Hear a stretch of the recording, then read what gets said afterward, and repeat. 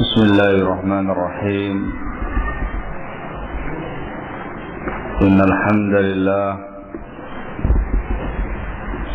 نحمده ونستعينه ونستغفره ونعوذ بالله من شرور أنفسنا ومن سيئات أعمالنا. من يهده الله فلا مضل له ومن يضلل فلا هادي له، وأشهد أن لا إله إلا الله وحده لا شريك له، وأشهد أن محمدا عبده ورسوله. يا أيها الذين آمنوا اتقوا الله حق تقاته ولا تموتن إلا وأنتم مسلمون. يا أيها الناس اتقوا ربكم الذي خلقكم من نفس واحدة وخلق منها زوجها وبث منهما رجالا كثيرا ونساء. اتقوا الله الذي تساءلون به والأرحام إن الله كان عليكم رقيبا. يا أيها الذين آمنوا اتقوا الله وقولوا قولا سديدا يصلح لكم أعمالكم ويغفر لكم ذنوبكم، ومن يطع الله ورسوله فقد فاز فوزا عظيما. أما بعد، فإن أصدق الحديث كتاب الله، وخير الهدي هدي محمد صلى الله عليه وعلى آله وسلم، وشر الأمور محدثاتها، فإن كل محدثة بدعة وكل بدعة ضلالة وكل ضلالة في النار. أيها الناس، Khonafidina azakumullah. Di antara ujian dan cobaan yang diberikan oleh Allah Subhanahu wa ta'ala kepada hamba-hambanya, terutama bagi kaum muslimin di dalam kehidupan berbangsa dan bernegara, ialah Allah Subhanahu wa ta'ala menguasakan atas mereka seseorang pemimpin, seorang penguasa yang sangat zalim, penguasa yang kejam, penguasa yang sadis. Tidak hanya kejam di mata masyarakat, tetapi memang dia kejam menurut syariat. Kejam perilakunya, kejam pula pemerintahannya, bahkan mungkin menyimpang pula akidahnya, menyimpang pula prinsip agamanya.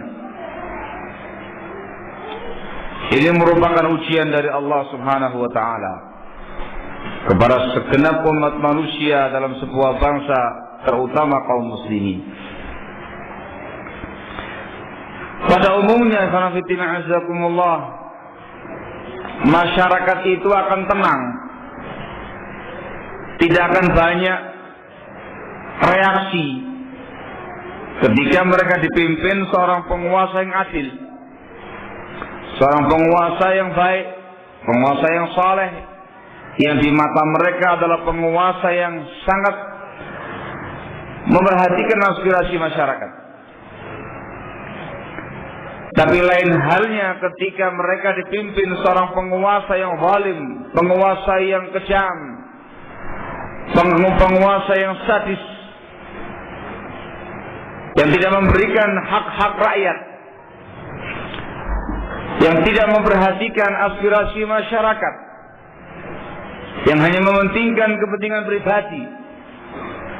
Bahkan lebih daripada itu menunjukkan tindakan-tindakan yang betul-betul arogan, menzalimi rakyatnya, kejam kepada rakyatnya, bengis kepada masyarakatnya. Maka penguasa yang seperti ini, barakallahu fikum, akan memunculkan reaksi besar, akan memunculkan beragam reaksi di tengah-tengah masyarakat. Karena azakumullah, Islam sebagai agama yang sempurna, yang diajarkan, yang disampaikan oleh Rasulullah SAW,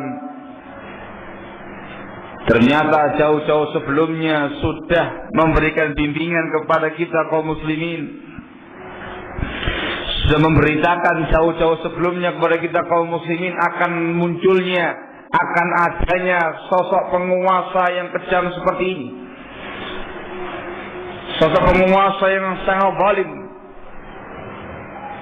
Dan sekaligus jauh-jauh sebelumnya telah memberikan bimbingannya kepada kaum muslimin bagaimana mestinya mereka bersikap dan bagaimana caranya mereka meredam kekejaman penguasa itu. Jauh-jauh sebelumnya Rasulullah SAW menyatakan dalam hadisnya, sayakunu ba'di umara, akan ada sepeninggalku nanti para penguasa. Wa sayaqumu fihim rijal, dan akan tampil di tengah-tengah penguasa tadi rijal, beberapa profil, beberapa tokoh penguasa, yastannuna bi ghairi sunnati wa yahtaduna bi ghairi hadi. Mereka bersunnah bukan dengan sunnahku, mereka mengambil bimbingan bukan dengan bimbinganku. Qulubuhum qulubus syayatin fi jismani insin, hati mereka hati setan dalam bentuk jasadnya manusia. Suatu penggambaran yang sangat jelas, yang sangat gamblang akan muncul di akhir zaman nanti. Penguasa-penguasa yang rusak dalam semua sisinya, rusak jiwanya, rusak hatinya, rusak perasaannya, penguasa yang sangat kejam, yang sangat zalim. Diumpamakan kayak hati setan, qulubuhum qulubus syayatin, hatinya setan dalam bentuk manusia. Bahkan digambarkan tadi oleh Rasulullah SAW, bukan semata-mata kejam orangnya, bengis orangnya, zalim orangnya, tapi juga rusak dari sisi pemerintahannya, rusak dari sisi undang-undangnya. Yastannuna bi ghairi sunnati wa yahtaduna bi ghairi hadi. Mereka mengambil sunnah bukan dengan sunnahku, dan mereka mengambil bimbingan bukan dengan bimbinganku. Yakni undang-undang mereka adalah undang-undang bid'ah, bahkan sebagiannya mungkin undang-undang kufur. Sudah lama Rasulullah SAW memberikan gambarannya seperti ini. Dan masih banyak lagi riwayat-riwayat yang lain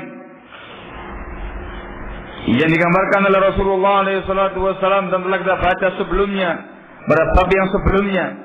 Hadis Ubadah bin Samit radhiyallahu taala anhu arba, bagaimana Rasulullah SAW memberitakan tentang penguasa yang zalim, yang memakan harta rakyat, yang memukul punggung masyarakat. Lama itu. Pada kesempatan pagi hari ini, khanafitina azakumullah, yang akan kita bahas ialah upaya meredam kekejaman penguasa tadi. Meredam kekejaman penguasa tadi. Disebutkan dalam bimbingan Islam, meredam kekejaman penguasa itu ada cara yang tidak dibenarkan, ada pula cara yang disyariatkan. Pada kesempatan kali ini akan kita bahas dua-duanya dengan ringkas insyaallah, sesuai dengan bab yang disebutkan oleh al-muallif hafizahullah mencakup 2 poin di atas, meredam kekejaman penguasa dengan cara yang melanggar syariah, yang harus kita tinggalkan, yang harus kita jauhi. Juga meredam kekejaman penguasa dengan cara yang syar'i, yang harus kita upayakan bila mendapati kondisi yang seperti itu. Ada pun cara yang dilarang dalam Islam ketika menghadapi penguasa yang zalim, penguasa yang kejam, ialah al-khuruju alaihim, memberontak penguasa tadi, melakukan gerakan pemberontakan penguasa, melakukan aksi senjata, upaya menggulingkan kekuasaan. Pemberontakan penguasa itu merupakan cara yang dikecam dalam Islam. Karena bismillahirrahmanirrahim, sebagaimana yang ma'ruf di kalangan kita, yang namanya pemberontakan penguasa ada 2 macam, 2 model. Yang pertama ialah khurujun bil fi'il, pemberontakan penguasa dengan fisik, dengan perbuatan, dalam bentuk inqilabat, kudeta militer, dalam bentuk aksi penyerangan kepada penguasa, melawan penguasa dengan senjata, dengan bom atau dengan senjata atau dengan apapun, dalam bentuk fisik yang ada. Dan yang kedua ialah khurujun bil qaul atau khurujun bil aqwal, bil kalam, memberontak penguasa dengan ucapan, dengan perbuatan, dengan perkataan. Dalam hal ini ialah mencela, menghujat, menjelek-jelekan penguasa atau membongkar aib penguasa di hadapan massa, atau mencaci maki penguasa di media umum yang dibaca semua pihak. Itu merupakan khurujun bil kalam, tindakan pemberontakan dengan ucapan. Dan semuanya termasuk tindakan yang dikecam dalam Islam. Disebutkan dalam bab yang ke-18 al-muallif hafizahullah, bagaimana Islam mengecam tindakan ini. Beliau membuat bab uqubatul baghi ala waliyil amr muslim, bab hukuman bagi seseorang yang memberontak penguasa muslim. Beliau membawakan hadis an Arfajah radhiyallahu taala anhu qala, dari Arfajah radhiyallahu taala anhu dia berkata, sami'tu Rasulullah sallallahu alaihi wasallam yaqul, saya pernah mendengar Rasulullah alaihi salatu wasallam bersabda, man atakum, barang siapa yang datang kepada kalian wahai kaum muslimin, wa amrukum jami'un ala rajulin wahid, dalam keadaan urusan kalian bersatu pada satu orang penguasa, yuridu ayyasuqqa asakum, orang tadi yang datang kepada kalian tadi hendak memecahkan tongkat kalian, yakni memecahkan persatuan kalian, hendak mengajak kamu untuk memberontak. Au yufarriqa jama'atakum, atau orang tadi hendak memecah belah jamaah kalian, memecah belah persatuan kalian dengan sang penguasa tadi. Faqtuluh, maka bunuhlah orang tersebut. Rawahu Muslim, dikeluarkan oleh Imam Muslim dalam sahihnya. Di sini Rasulullah SAW memberikan penjelasan, ketika suatu bangsa, suatu negara sudah memiliki penguasa yang sah, penguasa yang diakui oleh semua masyarakat, amrukum jami' ala rajul wahid, walaupun penguasanya zalim, Walaupun penguasanya kejam, apalagi yang saleh, apalagi yang baik. Kemudian ada satu pihak yang hendak mengajak kalian untuk memecahkan tongkat tadi, untuk memberontak penguasa tadi, mengajak kita untuk memecah belah jamaah yang ada, mengajak kita untuk memberontak. Maka Rasul mengatakan, faqtuluh, bunuhlah orang ini. Bunuhlah orang yang hendak mengajak kalian untuk memberontak penguasa itu. Maka hadis ini azakumullah menerangkan kepada kita uqubatul baghi al-qatl. Hukuman bagi kaum pemberontak ialah dibunuh. Dibunuh. Dan yang menjelaskan demikian ialah Rasulullah SAW, faqtuluh. Ini disebut dengan uqubah dunyawiyah. Hukuman di dunia ini. Kaum pemberontak dibasmi, kaum pemberontak diberangus, kaum pemberontak dibunuh. Kalau seandainya tidak ada cara lain melainkan dengan cara dibunuh. Al-Imam Nawawi rahimahullah, salah seorang imam besar mazhab Syafi'iyah pada masanya, dalam Syarah Sahih Muslim, ketika menjelaskan hadis Ar-Rafaja ini, beliau mengatakan fihil amr biqitali man kharaja 'ala al-imam aw arada tafriqa kalimatil muslimin wa nahwi dzalik. Hadis ini ada perintah untuk memerangi siapa saja yang memberontak penguasa atau hendak memecah belah kalimat kaum muslimin. Beliau mengatakan wa yunha an dzalik. Orang tadi dicegah, dilarang dari perbuatannya. Fa illam yantahi qutil. Kalau tidak bisa dicegah, diperangi. Wa illam yandafi' syarruhu illa biqatlih qutil. Dan apabila kejahatan dia tidak mungkin diredam melainkan dengan cara membunuhnya, maka dia dibunuh. Demikian keterangan Al-Imam Nawawi rahimahullah mengambil faedah dari hadis di atas. Di sini belum menyebutkan ada proses. Siapa saja yang melakukan pemberontakan penguasa, upaya meredam kekejaman penguasa dengan pemberontakan, maka pemberontak tadi itu dicegah, dilarang. Kalau sekarang mungkin dengan pendekatan persuasif, gitu ya, dikasih penyuluhan. Ketika tidak mau berhenti dan masih meneruskan perjuangan pemberontakannya, diperangi dia. Diperangi dia. Pemerintah diperbolehkan untuk mempersiapkan pasukannya dari satuan manapun yang dia kehendaki.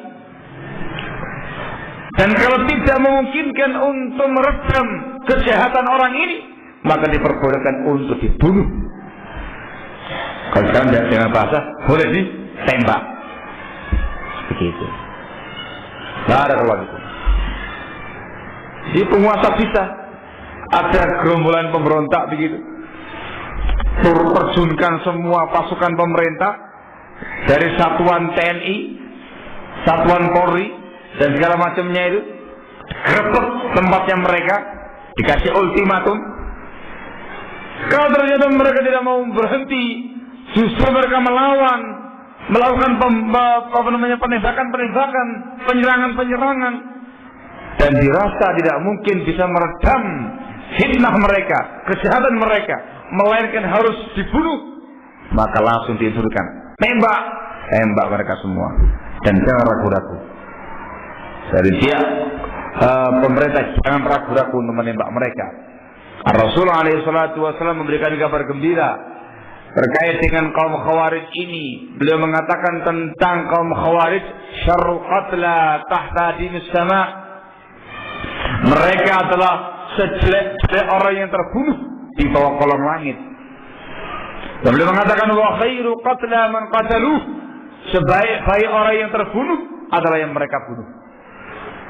Artinya yang ketiga dari pihak penguasa, mau tidak mau harus menyerang mereka, menembak mati mereka.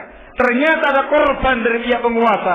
Korban dari pihak penguasa ini dikatakan sebagai khairu qatla, sebaik-baik orang yang terbunuh. Besar fadilah dia, besar keutamaan dia. Tapi ketika mereka yang terbunuh, mereka yang jadi korban, mereka dikatakan sebagai syarru qatla, sejelek-jelek orang yang terbunuh. Jangan ragu-ragu, berpahala itu, berpahala itu. Barakallahu fikum. Dengan sabdanya Rasul alaihi salatu wasallam ini dan juga dengan keterangan Al-Imam Nawawi rahimahullah di atas. Ini fanatina azakumullah, hukuman di dunia ini, uqubah dunyawiyah bagi kaum pemberontak. Dan pemberontakan dalam hadis ini adalah pemberontakan fisik. Pemberontakan fisik. Adapun hukuman yang lainnya disebutkan dalam hadis Muawiyah bin Abi Sufyan radhiyallahu taala anhuma yang dikeluarkan oleh Imam Ibnu Abi Asim dalam kitab Sunnah. Disebutkan oleh Muawiyah bin Abi Sufyan tatkala sahabat yang mulia Abu Dzar Al-Ghifari radhiyallahu anhu diminta keluar dan tinggal di sebuah wilayah yang namanya Rabadah. Dikarenakan sebuah kasus upaya untuk meredam fitnah, sahabat Utsman bin Affan radhiyallahu taala anhu memerintahkan Abu Dzar Al-Ghifari radhiyallahu anhu tinggal di sebuah tempat yang namanya Rabadah. Ketika beliau sampai di Rabadah, laqiyahu rakbun min ahli Irak. Beliau Abu Dzar ini langsung didatangi oleh satu rombongan dari orang-orang Irak. Faqalu, mereka mengatakan, ya Abu Dzar, qad balaghana alladhi suni'a fika. Wahai Abu Dzar, telah sampai berita kepada kami tentang perlakuan penguasa kepada kamu. Yang dipandang oleh orang-orang Irak perlakuan yang zalim. Padahal nggak demikian. Katanya orang Irak ini, fa'qid liwa'an ya'tika rijalun ma syi'ta. Sudah, tancapkan bendera pemberontakan, kibarkan bendera pemberontakan, akan datang kepada kamu pasukan yang kamu kehendaki. Artinya orang Irak siap untuk membackup Abu Dzar. Kibarkan bendera pemberontakan, akan kami datangkan sekian banyak pasukan di belakang kamu nanti. Qala, berkata Abu Dzar, beliau mengatakan, mahlan mahlan ya ahlal Islam. Pelan-pelan wahai kaum muslimin, pelan-pelan wahai kaum muslimin, mahlan mahlan ya ahlal Islam. Fa inni sami'tu Rasulullah sallallahu alaihi wasallam yaqul, sebab aku pernah mendengar Rasulullah sallallahu alaihi wasallam bersabda, sayakunu ba'di sultanun fa'izzu. Akan ada nanti sepeninggalku nanti seorang penguasa, fa'izzuhu, muliakan dia, hormati dia. Manil tanasa dhullahu, barang siapa yang mencari kerendahan penguasa tadi, saghara saghratan fil Islam, berarti dia memiliki sebuah lubang, sebuah celah dalam Islam. Walam yuqbal minhu taubatun, dan taubatnya dia tidak akan diterima oleh Allah Subhanahu wa taala hatta yu'idaha kama kanat, hingga dia mengembalikan lubang tadi sebagaimana semula. Hadis ini menerangkan pula kepada kita ancaman dan hukuman yang lain terkait dengan kaum pemberontak, yaitu tidak diterima taubatnya oleh Allah Subhanahu wa taala sehingga dia bisa mampu mengembalikan suasana sebagaimana semula. Ketika dia melancarkan pemberontakannya, melakukan kudeta militer, melakukan penyerangan-penyerangan, pengerusakan dan semisalnya, suasana menjadi chaos, gitu ya. Barakallahu fikum. Bahasa betul ya? Masya Allah, agak fasih sedikit. Jadi chaos sekarang suasananya. banyak tempat-tempat yang hancur, banyak tempat-tempat yang rusak. Selama itu tidak akan diterima taubatnya oleh Allah Subhanahu wa taala, sehingga dia mampu mengembalikan semuanya seperti sedia kala. Lam yuqbal minhu taubatun hatta yu'idaha kama kanat. Ancaman keras yang disampaikan Rasulullah SAW bagi kaum pemberontak, dan bagaimana sikap Abu Dzar Al-Ghifari yang sangat mulia radhiyallahu anhu wa ardhah menolak permintaan orang-orang Irak yang mengajak beliau untuk memberontak. Padahal tidak usah pakai daftar sebagai panglima TNI, langsung diangkat sama beliau. Abu Dzar, panjangnya benar jadi panglima, langsung, nggak usah pakai pemilihan umum lagi, langsung naik ya Pak. Saya belum mengatakan mahlan ya ahlul Islam, pelan-pelan wahai ahlul Islam. Demikian katanya Rasulullah alaihi salatu wassalam. Ini uqubatun duniawi wa uqubatun dini. Hukuman secara dunia dibunuh, hukuman secara agama tidak diterima taubatnya. Ada lagi yang ketiga, hukuman ukhrawi. Hukuman ukhrawi disebutkan dalam hadisnya Ibnu Abbas radhiyallahu taala anhuma yang diriwayatkan oleh Al-Bukhari wa Muslim. Rasul alaihi salatu wassalam menyatakan, fa innahu man kharaja min as-sultan shibra, fa innahu man kharaja min as-sultan shibra mata mitatan jahiliyah.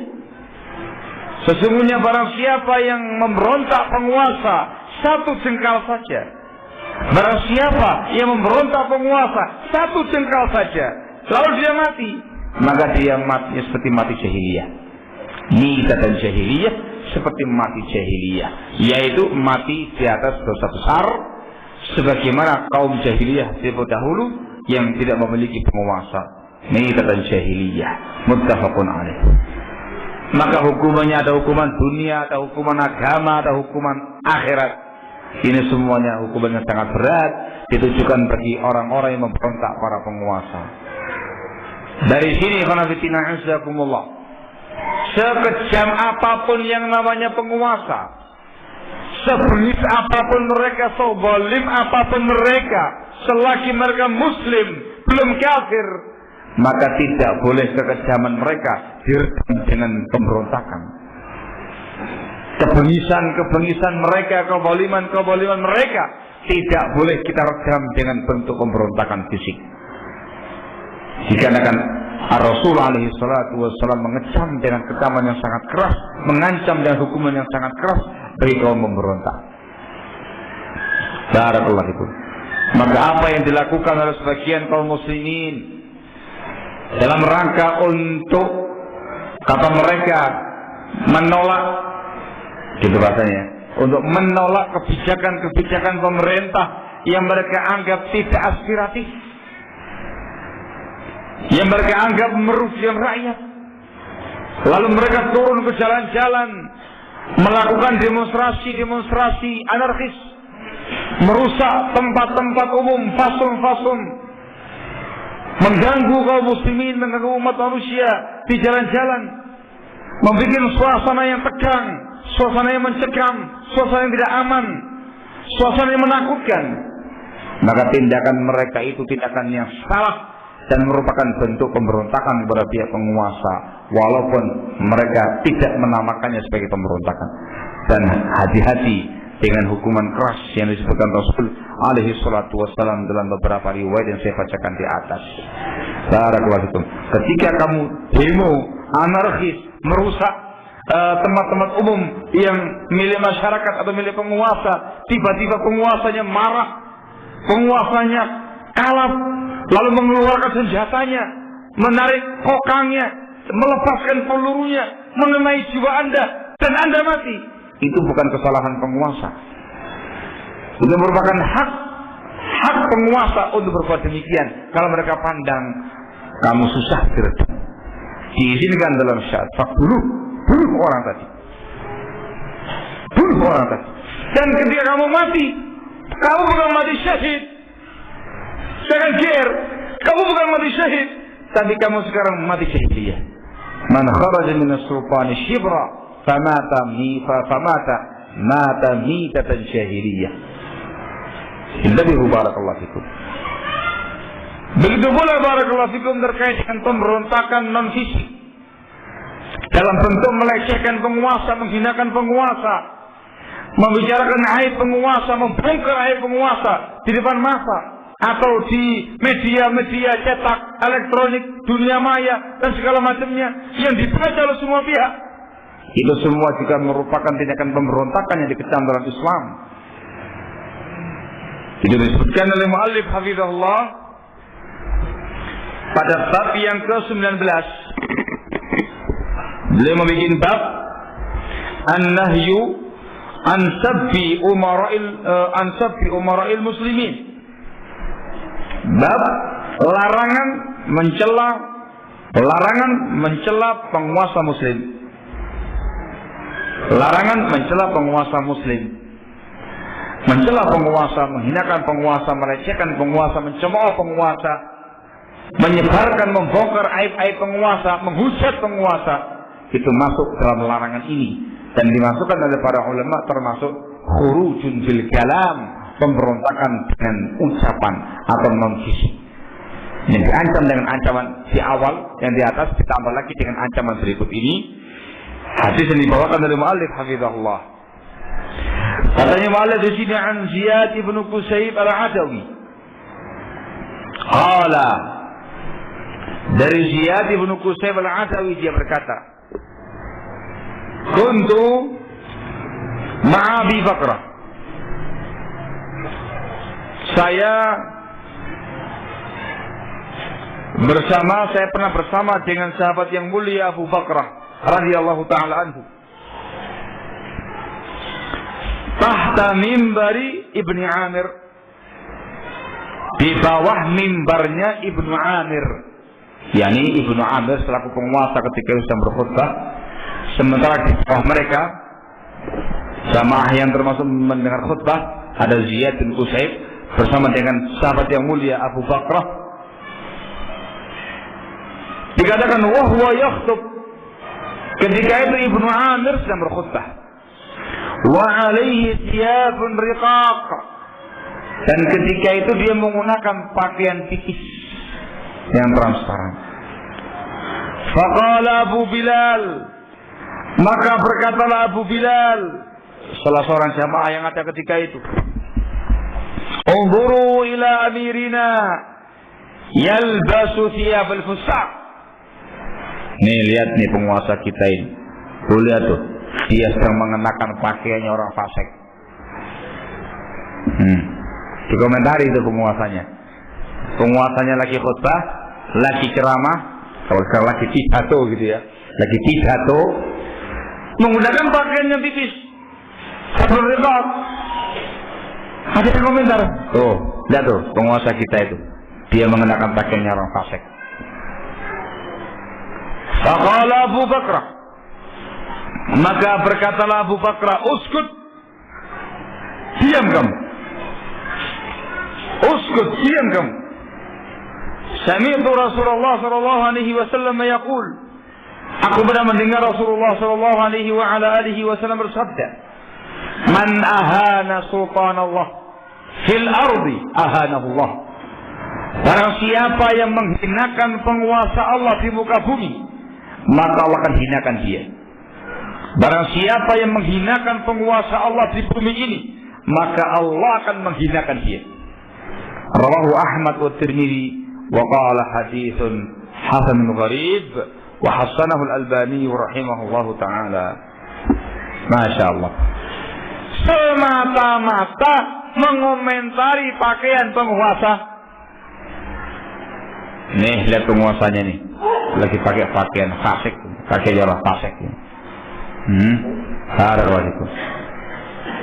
Itu sudah dinyatakan menghinakan penguasa, dan ancamannya ialah Allah Subhanahu wa taala akan menghinakan orang tadi. Dan barang siapa yang dihinakan oleh Allah, fama lahu min mukrim, maka tidak akan ada seorang pun yang memuliakan dia. Dia akan hina di dunia, hina agamanya, hina pula dia yaumul qiyamah nanti. Tidak akan ada seorang pun yang mampu memuliakan dia. Ini baru komentar pakaiannya. Komentar pakaiannya. Maaf, kalau misalkan sekarang ini Pak Presiden lagi pidato, entah pidato kenegaraan atau ada yang disampaikan siaran pers, gimana, jumpa pers gitu ya, ada misalnya gitu ya pidato, Masya Allah menggunakan pakaian, ada komentar, delon presidennya itu, nggawe batik, itu dilukas kayak blangkon, itu ada kerise, biasa itu mari ngono sekatenan itu, dilukas kiri ke metu kafe itu, kadang orang nggak terasa kamu kayak gitu ya. Harus itu. Terus kena kafe, blangkone kena, ya batik ya kena, kerise ya kena kafe. Ujung-ujungnya dilukas sekatenan itu. Nah, sekaten metu syirike itu, metu bid'ah, metu penyimpangan itu. Telan. Allah subhanahu. Sama kayak yang ini. Unzuru ila amirina yalbasu thiyab al-fusaq. Itu kalau ada pakroh langsung skut. Diam dong. Sampaikan langsung katanya Rasul, man ahana sultan Allah fil ardi ahanahullah. Itu sudah dianggap menghinakan penguasa dan diancam akan dihinakan oleh Allah tabaraka wa taala. Lalu bagaimana kiranya dengan tindakannya lebih daripada itu? Yang mencaci maki penguasa, menghujat penguasa, mencela penguasa, membongkar aib penguasa di depan halayak ramai.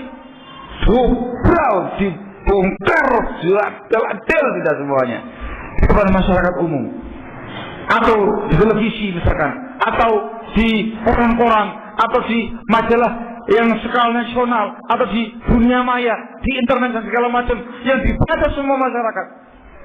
Maka tentunya barakallahu fikum hukumannya lebih berat lagi daripada itu. Itu namanya khurujun bil kalam. Dan ini katanya para ulama lebih kejam, pemberontakan yang lebih kejam dibandingkan dengan pemberontakan dengan fisik. Kalau dengan fisik orang ngerti, nggak beres ini orang ini, bikin onar, bikin susah, bikin ribut, bikin nggak aman.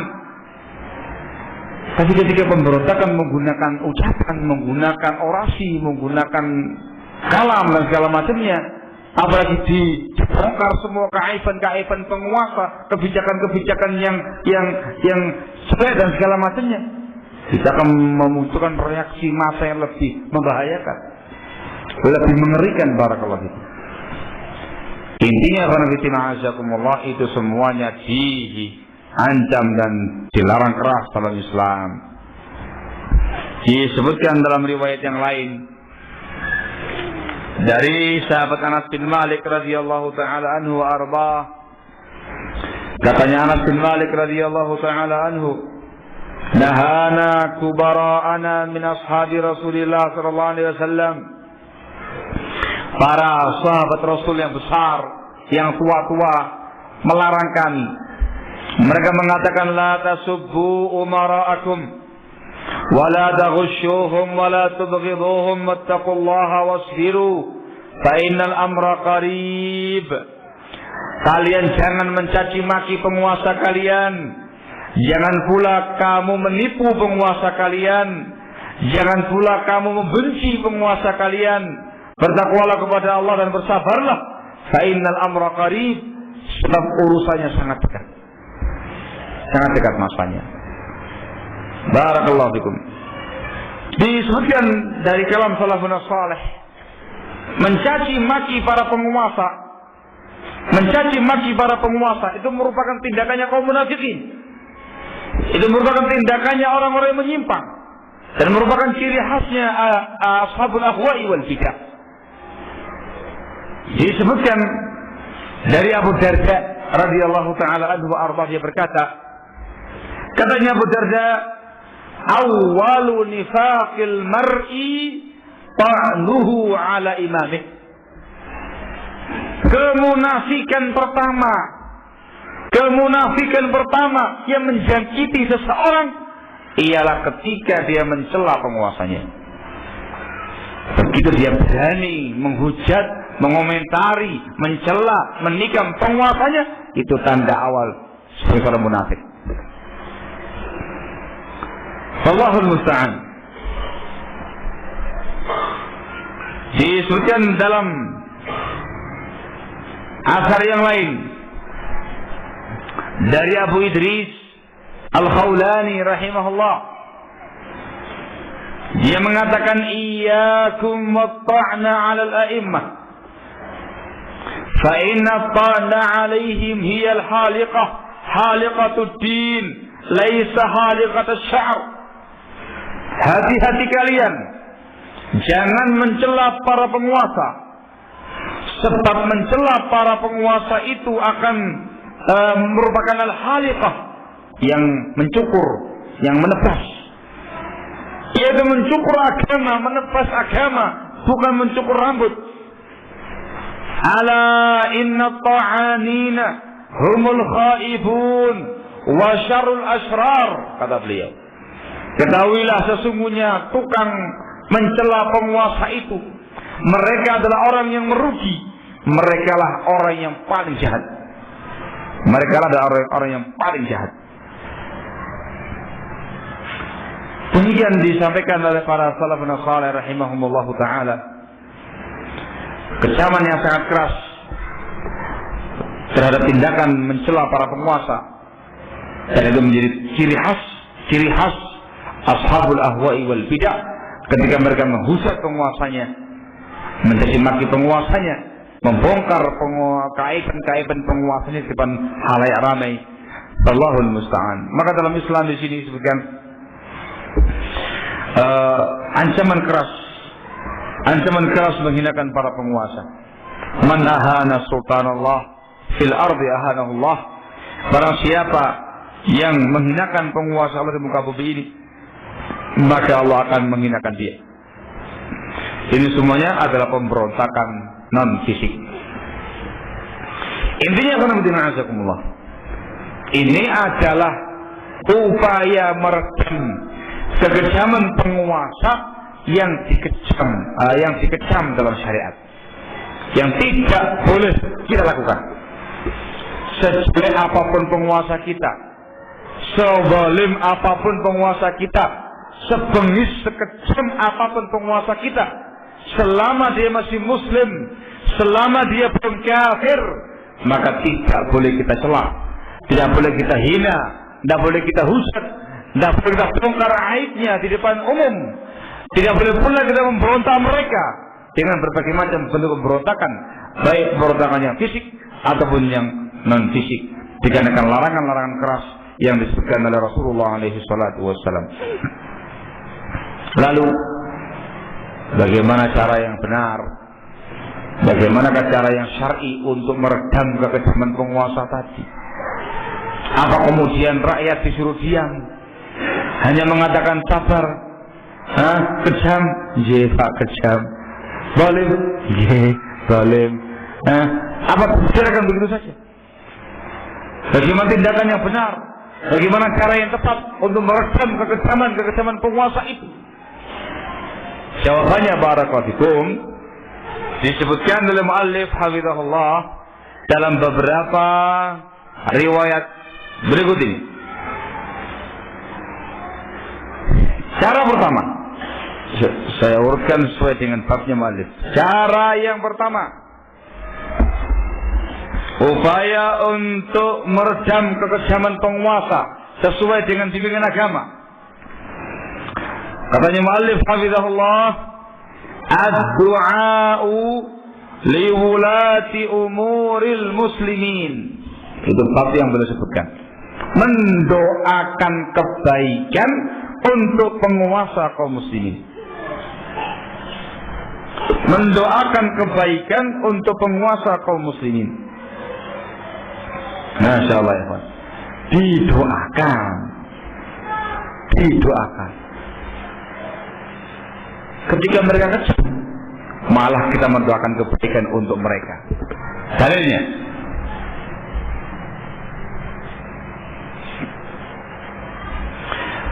hadis yang beliau bawakan di sini, an Tamim ad-Dari radhiyallahu anhu,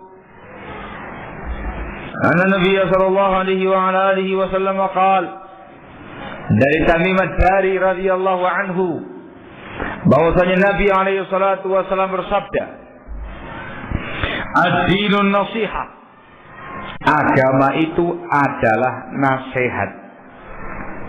Qulna liman, kami tanyakan untuk siapa ya Rasulullah? Qala, beliau menjawab, lillahi wa li kitabihi wa li rasulihi wa li a'immatil muslimina wa ammatihim. Ada 5. Nasihat untuk Allah, untuk kitab sucinya, untuk rasulnya, untuk penguasa muslimin, dan untuk keseluruhan kaum muslimin. Rawahu Muslim, diriwayatkan oleh Imam Muslim dalam sahihnya. Katanya muallif menerangkan di sini, qultu,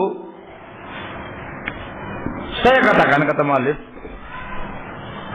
an-nasihatu, yang dimaksudkan dengan nasihat adalah iradatul khairi lil mansuhi lahu, menghendaki perkara kebaikan untuk pihak yang dinasihati. Kita mengharapkan, kita menginginkan kebaikan untuk pihak yang dinasihati.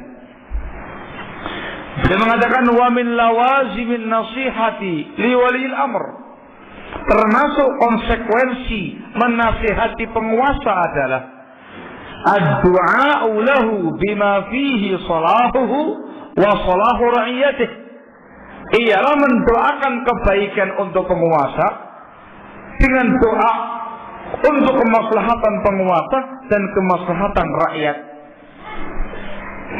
Termasuk konsekuensi menasihati penguasa, mendoakan kebaikan untuk mereka. Wa naqala al-Bukhari rahimahullah ijma' as-salaf ala mashru'iyyati ad-du'a li wulati al-umur. Al-Imam al-Bukhari rahimahullah bahkan menukil kesepakatan salafun salih disyariatkannya mendoakan kebaikan untuk para penguasa. Ijma' salaf. Itu disebutkan dalam kitab Syarah Ushul I'tiqad Ahlussunnah wal Jamaah karya Imam Al-Lalikai rahimahullah.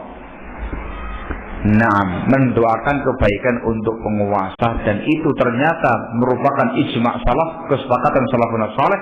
Bahkan dimasukkan oleh para ulama termasuk akidah Islam, termasuk akidah Ahlussunnah wal Jamaah, mendoakan kebaikan untuk para penguasanya. Disebutkan oleh Al-Hafidh Abu Bakar Al-Ismaili dalam kitabnya I'tiqad A'immati Ahli Hadis, ketika beliau menjelaskan akidahnya ulama ahli hadis, wa yarawna ad-du'a lahum bis-salah wal 'ataf ila al-'adl, dan mereka ahli hadis berpendapat mendoakan kebaikan untuk para penguasa dan membimbing mereka kepada keadilan. Juga Al-Imam As-Sabuni rahimahullah dalam kitabnya Aqidah Salaf Ashabul Hadis, beliau menyatakan wa yarawna ad-du'a lahum bil islah wa tawfiq wa salah wa bastil 'adl fil ra'iyyah. Ahlussunnah wal Jamaah berkeyakinan mendoakan kebaikan untuk para penguasa, mendoakan islah supaya mereka memperbaiki diri, mendoakan taufik untuk penguasa, mendoakan supaya mereka menebarkan keadilan di tengah-tengah rakyatnya. Itu merupakan akidahnya Ahlussunnah semenjak zaman dahulu kala.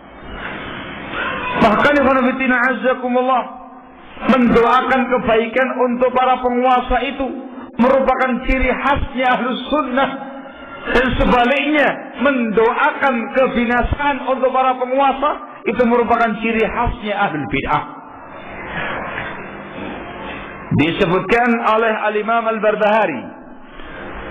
Al-Imam Al-Barbahari rahimahullah menyebutkan dalam bukunya Syarhus Sunnah Beliau mengatakan, wa idza ra'aita ar-rajula yad'u 'ala sultan fa'lam annahu sahibu hawa. Kalau kamu melihat ada seseorang yang mendoakan kebinasaan, mendoakan kejelekan untuk penguasanya, ketahuilah dia sahibu hawa. Dia adalah ahli bid'ah. Wa idza sami'ta ar-rajula yad'u lis-sultani bis-shalah fa'lam annahu sahibu sunnah insyaallah. Dan sebaliknya, kalau kamu mendengar ada seseorang yang mendoakan kebaikan untuk penguasanya, ketahuilah dia adalah ahli sunnah insyaallah. Jadi ciri khas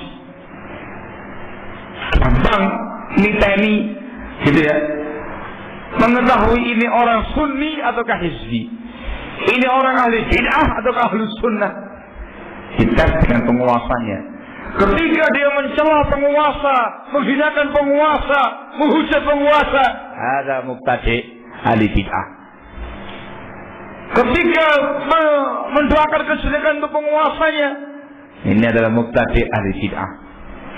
Dan sebaliknya, ketika ada seorang yang memuliakan penguasanya, menghormati penguasanya, kemudian menasihati penguasa dengan cara yang baik, mendoakan kebaikan kepada penguasanya, ada ahli sunnah. Itu sudah semenjak lama dinyatakan demikian oleh para ulama. Lalu kemudian Al-Imam Al-Barbahari menukil asar dari Fudail bin Iyad rahimahullah. Katanya Fudail bin Iyad, "Lau kana li da'watun mustajabah ma ja'altuha illa fi sultan." Fudail bin Iyad termasuk tokoh ulama pada masanya di era tabi'in. Beliau mengatakan, kalau seandainya saya memiliki doa yang mustajab, punya doa yang makbul, aku tidak akan menjadikan doa ini melainkan untuk penguasa. Akan saya gunakan untuk penguasa. Ada yang tanya, qila lahu ya Aba Ali fasir lana hada. Wahai Abu Ali, jelaskan kepada kami, kenapa kok kamu kasihkan pada pihak penguasa? Kalau beliau mengatakan, idza ja'altuha fi nafsi lam ta'udni. Kalau doa mustajab tadi aku peruntukkan bagi diriku saja, maka kemanfaatannya tidak akan melebihi aku. Wa idza ja'altuha fi sultan salaha fa salaha bi salahihi al-ibad wal bilad. Tapi kalau saya peruntukkan bagi penguasa, lalu dia menjadi penguasa yang soleh, maka soleh pula dengan kesolehan penguasa itu semua masyarakat dan semua negeri. Artinya kemanfaatan dirasakan semua pihak. Ini merupakan prinsipnya ahlu sunnati wal jamaah. Ad-du'a liwulatil umur, mendoakan kebaikan untuk para penguasa. Ini menjadi ciri khasnya ahlu sunnah. Dan sebaliknya, mencaci maki dan mencela para penguasa itu merupakan ciri khasnya ashabul ahwa'i wal bidah. Hanabitina azakumullah. Kita sebenarnya harus paham, yang namanya doa silahul mu'min. Doa itu senjatanya orang beriman. Silahul mu'min. Seorang mukmin pun harus yakin dengan seyakin-yakinnya Allah Subhanahu wa ta'ala maha mendengarkan doa. Allah itu mengabulkan doa hamba-hambanya. Allah maha dekat dengan hamba-hambanya. Kalau seandainya semua masyarakat ini mengikhlaskan niatnya dengan tulus, dengan jujur, mendoakan kebaikan untuk para penguasanya, bukan perkara yang mustahil, Allah akan mengabulkan doa mereka. Dan dengan kekuasaan Allah, dengan kemampuan Allah, Allah akan merubah itu penguasa dalam sekejap. Yang tadinya dia zalim, kejam, bengis, sadis, dalam sekejap akan mampu dan bisa berubah menjadi penguasa yang soleh, penguasa yang baik, penguasa yang adil, penguasa yang aspiratif, penguasa dan segala macamnya yang didapatkan, yang diharapkan oleh semua pihak masyarakat. Allah mengatakan dalam firman-Nya, wa idza sa'alaka 'ibadi 'anni fa inni qarib Ujibu da'watad da'i idza da'a. Kalau hamba-hambaku bertanya kepada engkau tentang diriku, maka jawablah, sesungguhnya aku sangat dekat dengan hamba-hambaku. Aku akan mengabulkan doa hamba-hambaku bila mereka berdoa kepada aku. Itu. Apalagi kalau doanya itu dipanjatkan di saat-saat makbulnya doa, di ketika malam terakhir, ketika Allah Subhanahu wa ta'ala pada malam itu turun ke langit dunia sambil mengatakan, man yad'uni fa'astajiba lahu, man yastaghfiruni fa'aghfir lah, man sa'alani fa'u'tiyah. Siapa yang doa kepada aku akan kabulkan doanya. Siapa yang minta ampun, aku akan ampuni dosanya. Siapa yang memohon, aku akan berikan permohonan dia. Kabulkan. Kemudian kamu angkat tangan kamu, bermunajat kepada Allah dengan penuh keikhlasan, dengan penuh ketulusan, doa untuk kebaikan penguasa. Ya Allah, jadikanlah penguasa kami penguasa yang saleh, penguasa yang adil, penguasa yang mampu dengan taufik-Mu ya Allah mensejahterakan masyarakat. Allah dengarkan doanya kamu, Allah makbulkan doanya kamu. Bukan perkara yang mustahil, sangat mudah bagi Allah merubah penguasa tadi yang tadinya zalim, sadis, bengis, kejam, langsung berubah menjadi penguasa yang adil, penguasa yang saleh. Yang merasakan manfaatnya siapa? Anda pribadi atau semua pihak? Semua pihak, semua masyarakat merasakannya, semua bangsa, semua negara merasakannya, bahkan hewan-hewan merasakannya. Negara yang tadinya mencekam, negara yang tadinya tegang, menakutkan, menjadi negara yang tenang, negara yang tentram, negara yang damai, negara yang makmur. Dengan doa seorang muslim tadi kepada Allah untuk kebaikan-kebaikan penguasanya. Barakallahu itu. Ini yang jarang atau mungkin bisa dikatakan tidak terbetik sedikit pun di benak kita tatkala berdoa kepada Allah. Siapa ya? Kadang doa mendungo wis dipek dhewe. Kayak gitu ya. Ada kesempatan doa pada waktu yang makbul pek dhewe. Nah, ada kesempatan doa di tempat-tempat yang makbul, di multazam, pola di raudhah begitu ya. Kita harus di sana, lari ke penguasai, pek dhewe. Minta rezeki lapang, tak lapang-lapangnya, tak ake-ake. Pek dhewe gitu ya. Lupa dia dengan penguasanya. Allahul musta'an. Kalau seandainya dia sempatkan ketika itu berdoa untuk sang penguasa, Allah makbulkan doa Anda. Masya Allah, itu penguasa akan berubah menjadi penguasa yang baik, penguasa yang adil, penguasa yang saleh. Ini cara syar'i untuk meredam kekejaman penguasa. Sekejam apapun penguasa itu, kalau Allah kabulkan doanya kamu, berubah jadi penguasa yang tidak lagi kejam, penguasa yang saleh, penguasa yang adil. Allah Maha Kuasa atas segala sesuatu. Doa ya barakallahu itu. Yang saya perhatikan dari kalangan kaum muslimin yang betul-betul sangat-sangat memperhatikan prinsip ini, itu Saudi ya Pak. Hampir semua khutbah-khutbah mereka itu pasti mendoakan kebaikan untuk para penguasanya. Barakallahu itu. Luar biasa. Itu yang tidak pernah didengarkan di Indonesia Raya ini.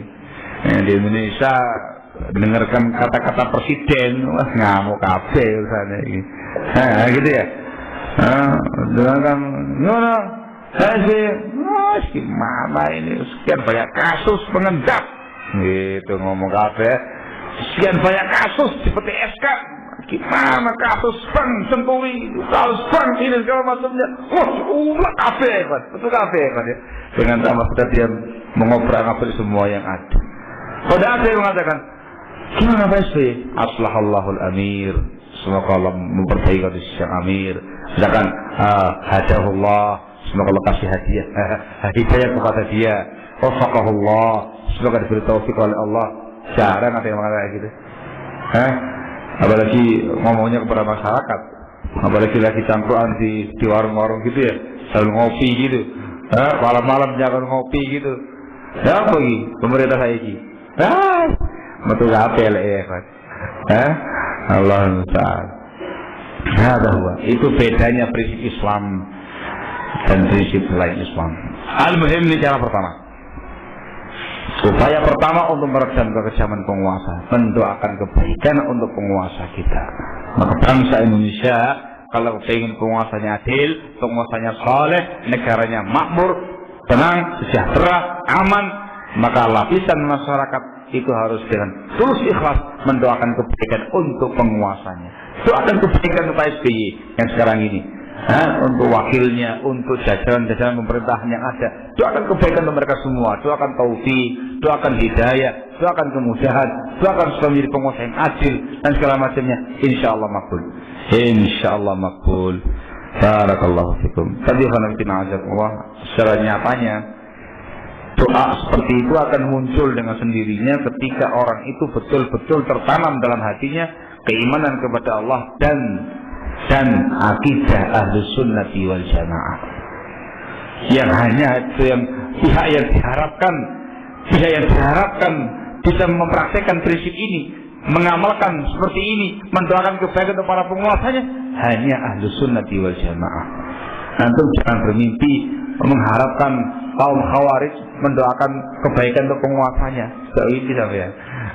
Jangan bermimpi mengharapkan ashabul ahwa'i wal bidah, semua ahlu bid'ah untuk mendoakan kebaikan para penguasanya. Mimpi sampai ya. Yang diharapkan hanyalah Ahlus Sunnati wal Jamaah yang memiliki prinsip yang mulia ini. Cara yang kedua yang disebutkan oleh muallif di sini ialah menasihati penguasa. An-nasihatu lahum. Di samping mendoakan kebaikan, menasihati penguasa.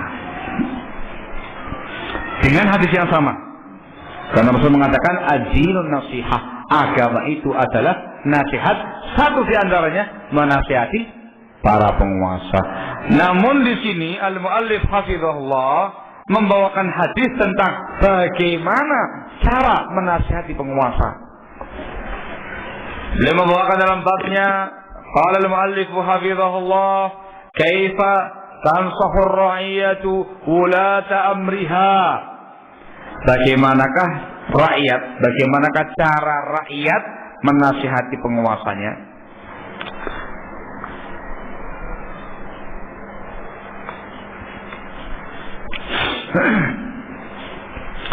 Beliau membawakan riwayat an Shuraih bin Ubaid radhiyallahu anhu qala, dari Shuraih bin Ubaid radhiyallahu anhu dia berkata, qala Iyad bin Ghunum li Hisham bin Hakim.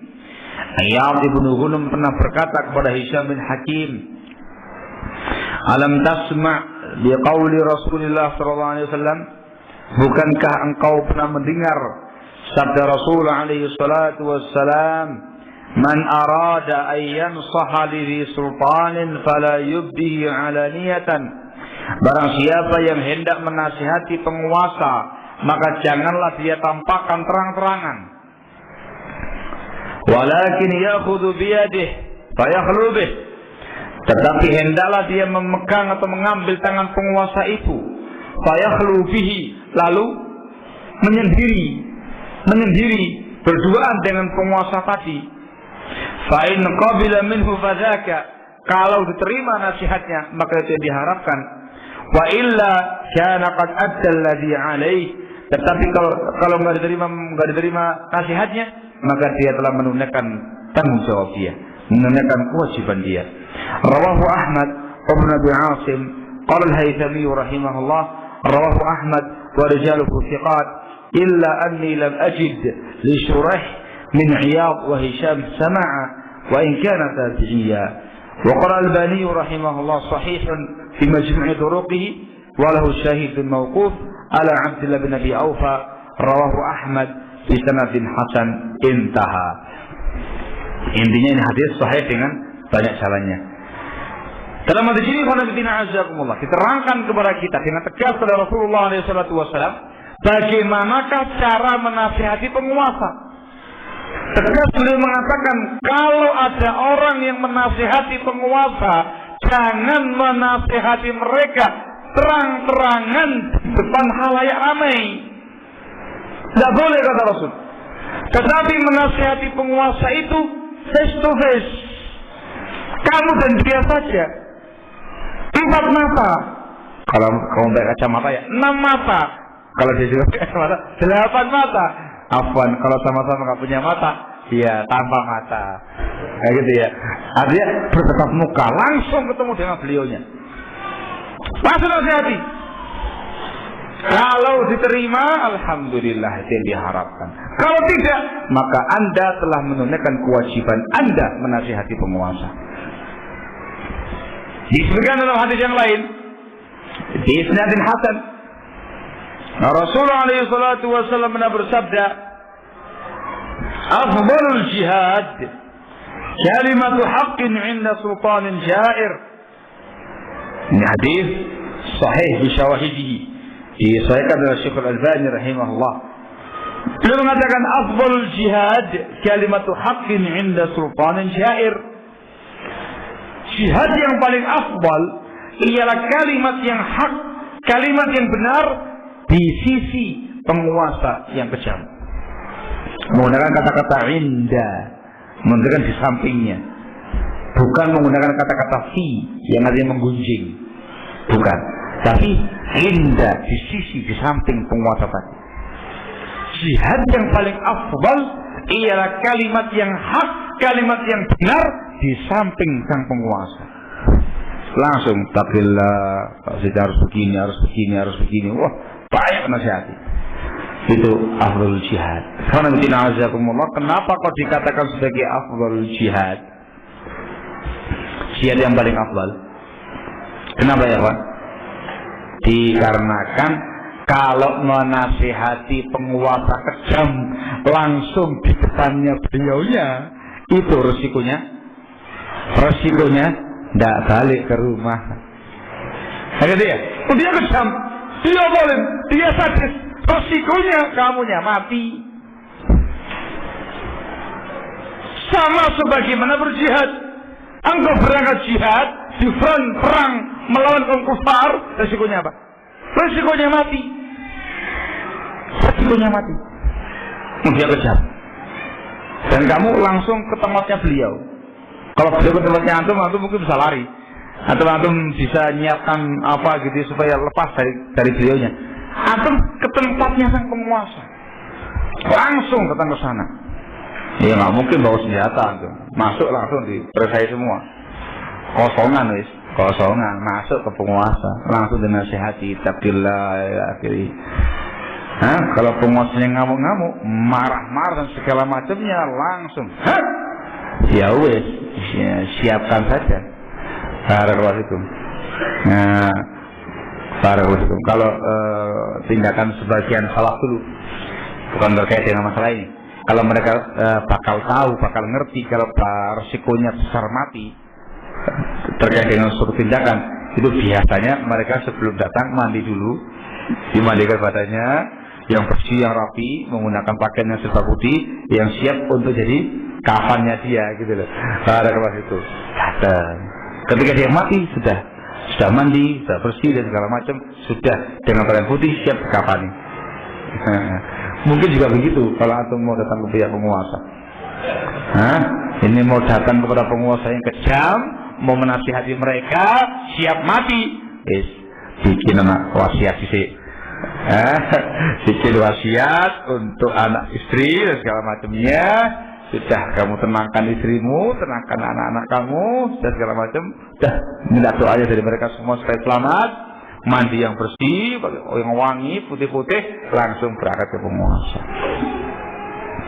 Udah. Kalau nggak kembali kan ada pemberitaan gitu ya. Si fulan sudah sirna. Ya sudah.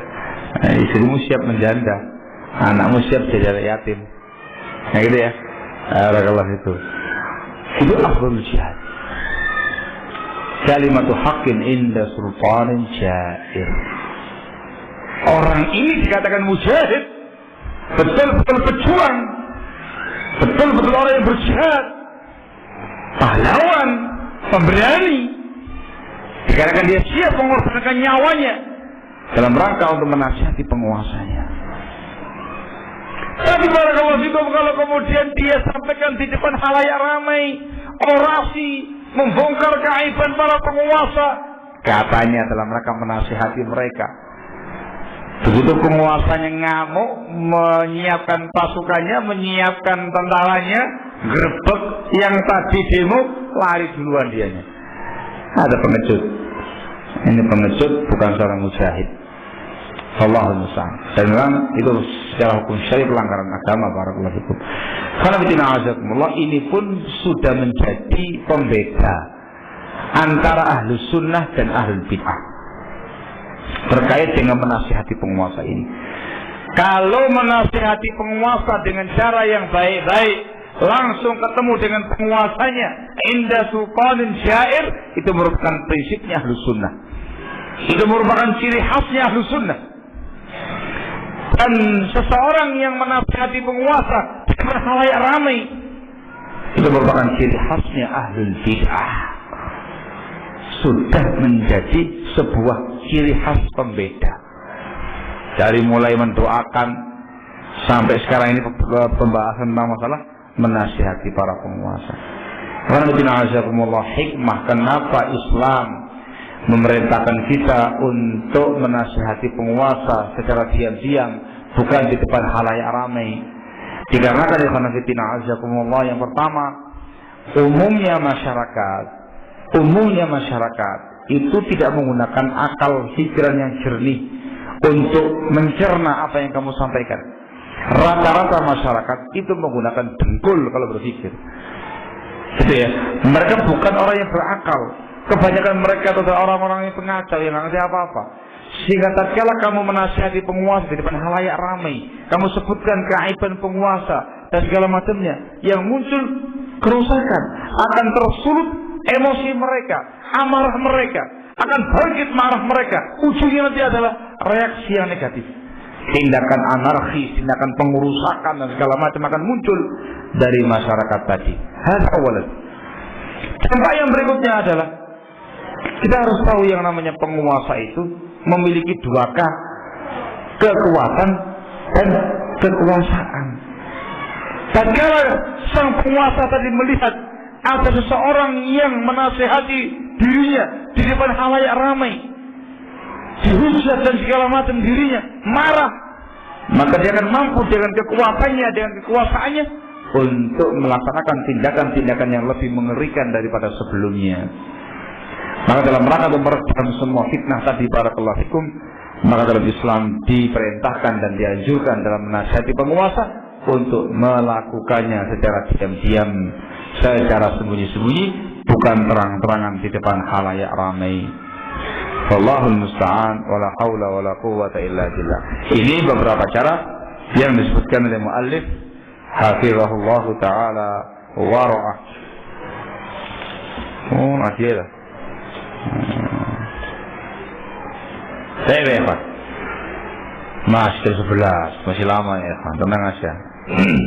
Masih lama tuh sudah selesai. Baru 1 jam saya bicara ini. Kok lama banget kayaknya. Saya Evan, sebelum saya jawab pertanyaan yang ada ini, akan saya tambahkan di sini beberapa poin.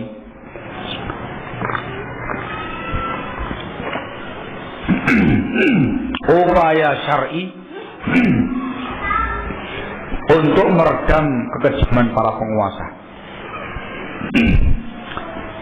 Berarti nomor 3 sekarang ya. Yang ketiga, barakallahu fikum, ialah dengan cara semua lapisan masyarakat meningkatkan iman dan takwa dia kepada Allah Subhanahu wa taala. Takwa Allah, bertakwa kepada Allah, semua pihak bertakwa kepada Allah, itu akan bisa menyelesaikan kekejaman para penguasa. Diriwayatkan oleh Al-Imam Ibnu Mubarak dalam kitab Az-Zuhud, juga Al-Imam Ibnu Abi Syaibah dalam musannafnya, dan juga Abu Nuaim dalam Hilyatul Awliya dari jalurnya Sufyan Ats-Tsauri, dari Asim Al-Ahwal, dari Bakr bin Abdullah Al-Muzani, dia berkata, lamma kanat fitnatu Ibn al-Ash'ath, ketika terjadi fitnahnya Ibn al-Ash'ath, pemberontakan Ibn al-Ash'ath. Ini pemberontakan yang sangat dahsyat yang dikenal dalam sejarah Islam, ya kan, di era tadi ini. Pemberontakan Ibn al-Ash'ath. Ketika terjadi fitnah pemberontakan Ibn al-Ash'ath, qala Talq ibn Habib. Ketika itu ada salah seorang ulama tabi'in yang bernama Talq ibn Habib mengatakan, "Idza waqa'atil fitnah fadfa'uha fit taqwa." Idza waqa'atil fitnah fadfa'uha fit taqwa. Kalau terjadi fitnah seperti ini, fitnah pemberontakan, fitnah penguasa yang kejam, fadfa'uha fit taqwa. Redam fitnah itu dengan takwa. Tahan dengan takwa, kata beliau. Fadfa'uha fit taqwa. Redamlah fitnah itu dengan takwa Allah. Kalau mereka bertanya, wa ma taqwa? Apa takwa itu? Beliau menjawab, an ta'mala bi ta'atillah ala nurin min Allah tarju thawab Allah, wa an tatruka ma'siyat Allah ala nurin min Allah takhafu iqab Allah. Takwa itu ialah engkau mengamalkan ketaatan kepada Allah di atas cahaya ilmu dari Allah, mengharapkan pahala Allah. Takwa. Dan engkau meninggalkan kemaksiatan kepada Allah di atas cahaya ilmu dari Allah, karena mengkhawatirkan hukuman dari Allah. Takwa, melaksanakan perintah, meninggalkan larangan. Melaksanakan perintah dengan dasar ilmu, mengharapkan pahala. Meninggalkan larangan dengan dasar ilmu, karena khawatir hukuman dan azab dari Allah Subhanahu wa taala. Takwa. Ini pernyataan Talq ibn Habib. Dinyatakan ketika pada suatu kondisi sedang berkecamuknya fitnah besar Ibn al-Ash'ath, sang tokoh pemberontak yang berupaya untuk meredam kekejaman penguasa Bani Umayyah ketika itu. Dan subhanallah, pada fitnah ini, pada fitnah azakumullah, banyak dari kalangan orang-orang solihin, dari kalangan para ulama-ulama tabi'in bahkan, yang terkena pemberontakan ini, terbawa oleh pemberontakan ini. Kondisi yang mencekam. Ketika itu Talq ibn Habib mengatakan, kalau terjadi fitnah yang seperti ini, redam dengan takwa. Mungkin antum bingung, ya apa gitu, sinkronisasinya bagaimana ini? Ini penguasanya kejam, tapi disuruh bertakwa kita malah. Hah? Barakallahu fikum. Siapa jawabannya? Ya gampang. Kalau semua kaum muslimin, semua lapisan masyarakat itu bertakwa kepada Allah, dengan melaksanakan semua perintah-perintah Allah, meninggalkan larangan-larangan Allah, maka semua masyarakat akan menjadi masyarakat yang saleh, yang beriman, yang bertakwa. Kalau takwa itu juga dikerjakan oleh para penguasa, berikut jajaran-jajarannya mereka melaksanakan perintah Allah, meninggalkan larangan-larangan Allah, maka mereka pun akan menjadi penguasa yang beriman, penguasa yang bertakwa kepada Allah Subhanahu wa taala. Akan ditinggalkan semua bentuk kezaliman, akan dia tinggalkan semua kekejaman-kekejamannya, semua kebingisan-kebingisannya, dikarenakan dia bertakwa kepada Allah. Nah, ada syekh terkait dengan penguasanya.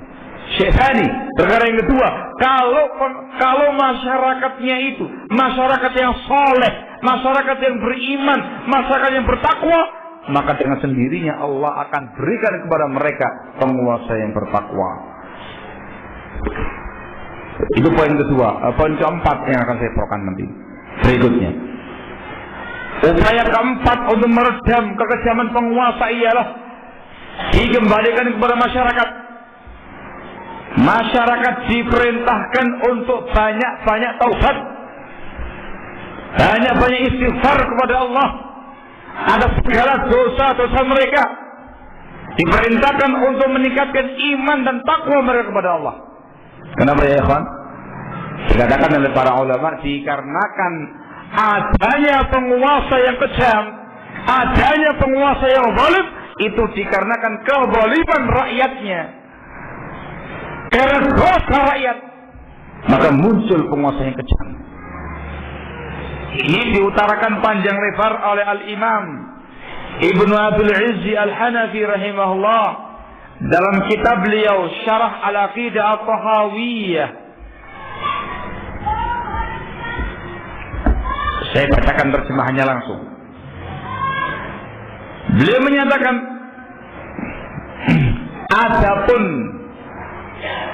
menetapi ketaatan kepada penguasa, ini prinsip harus mentaati para penguasa walaupun mereka zalim, ialah dikarenakan kalau masyarakat itu memberontak penguasa, akan muncul mafsadah yang berlipat-lipat ganda melebihi kezaliman penguasa itu sendiri. Maka masyarakat diminta bersabar atas kezaliman mereka. Ketika mereka bersabar atas kezaliman mereka, maka akan terjadi takfirus sayyi'at, dosa-dosa rakyat akan diampuni oleh Allah, wa mudha'afatul ujur, dan akan dilipat gandakan pahalanya oleh Allah Subhanahu wa taala. Dia mengatakan setelah itu, fa inna Allah taala ma sallatahum alaina illa li fasadi a'malina.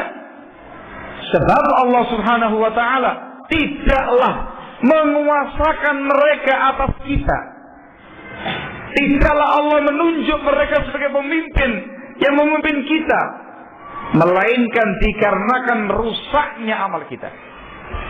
Rusaknya amal kita. Wal jazaa'u min jinsil amal, kata beliau.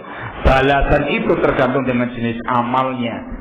Artinya kalau masyarakat yang zalim, maka dibalas dengan penguasa yang zalim. Kalau rakyatnya kejam, sadis, maka akan diganjar dengan adanya penguasa yang kejam dan sadis. Maka sebaliknya, kata beliau, fa'alaina al-ijtihadu fil istighfar wa taubah wa islahil amal. Maka wajib atas kita untuk bersungguh-sungguh beristighfar kepada Allah, bersungguh-sungguh untuk bertaubat kepada Allah, dan memperbaiki amal-amal kita. Kalau masyarakatnya soleh, masyarakat yang mukmin, masyarakat yang bertakwa, maka akan dikasih ganjaran yang sama, penguasa yang mukmin, penguasa yang bertakwa kepada Allah Subhanahu wa taala. Di akhir ucapan beliau mengatakan, fa idza arada ar-ra'iyatu ay yatakhallasu min dhulmil amir falyatruku dhulma. Maka kalau masyarakat itu hendak melepaskan diri dari kezaliman penguasanya, maka hendaklah masyarakat itu sendiri yang melepaskan kezaliman mereka. Dan belum bahkan banyak ayat ya, yang menjelaskan tentang masalah ini, bahwasanya apa yang menimpa kita dalam bentuk penguasa yang zalim itu diakibatkan oleh perbuatan kita masing-masing. Untuk melihat dalam surat Asy-Syura ayat yang ke-30, Ali Imran 165, An-Nisa 79, Al-An'am 129. Asy-Syura ayat yang ke-30, Ali Imran ayat yang ke-165, An-Nisa 79, dan Al-An'am 129. Ini sebenarnya beberapa ayat yang menerangkan kepada kita tentang masalah itu. Secara khusus di dalam surat Al-An'am Allah mengatakan, wa kadzalika nuwalli ba'dadh-dhalimina ba'dhan bima kanu yaksibun. Demikianlah kami menguasakan sebagian orang yang zalim menjadi pemimpin sebagian mereka itu dengan sebab perbuatan mereka sendiri. Maka di antara cara untuk meredam kekejaman para penguasa ialah masyarakat muslimin diperintahkan untuk meninggalkan semua bentuk kekejaman, semua bentuk kezaliman, semua bentuk kerusakan, semua bentuk kemaksiatan, dan semua masyarakat diminta untuk memperbanyak istighfar, memperbanyak taubat kepada Allah, meningkatkan iman dan takwa kepada Allah Subhanahu wa taala. semakin soleh masyarakatnya akan muncul penguasa yang soleh. Semakin tinggi iman dan takwa masyarakatnya akan muncul penguasa yang adil insyaallah taala dengan taufik dan hidayah dari Allah Subhanahu wa taala. Dinukil dari Al-Imam As-Sahabiyul Jalil Ali bin Abi Thalib radhiyallahu taala anhu arba. Pada saat beliau memimpin sebagai seorang khalifah pada masa beliau. Dan kita tahu barakallahu fikum pada masa pemerintahan Ali bin Abi Thalib terjadi fitnah. Ada perang Jamal, ada perang Siffin dan segala macam antar kaum muslimin, konflik internal. Barakallahu fikum. Ada yang tanya, wahai khalifah, kenapa kok di pemerintahan kamu jadi kayak gini nih kondisi negaranya ini? Nah, ini dari saya bil makna.